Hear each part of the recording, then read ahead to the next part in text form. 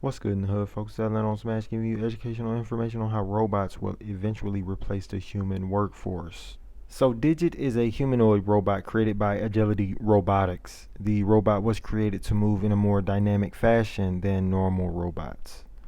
According to the feature video on their website, they've been developing prototypes since about 2012. Digit has nimble limbs and a torso filled with sensors that will enable it to navigate complex environments and complete assignments like package delivery. Agility Robotics contends that Digit is a robot that is ready for work and that it is a safe and friendly robot partner to the workforce.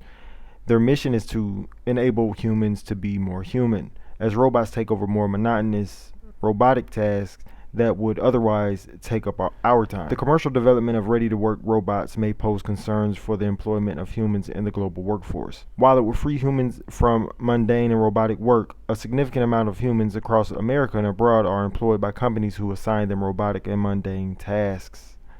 In 2021, there were estimated to be approximately 866 million people employed worldwide in agriculture, compared with 1.64 billion in services and another 753 million in industry. It is a reasonable estimation that within 25 years, sophisticated robots in combination with next-gen artificial intelligence applications can potentially replace all humans in the workforce. And in the event of the development of a robot that can do everything a human can do without the need for a benefits package or paid time off, it seems like an extremely easy decision for any company whose sole purpose is to increase their profit. There's a saying in the professional world, it's nothing personal, but this time it is.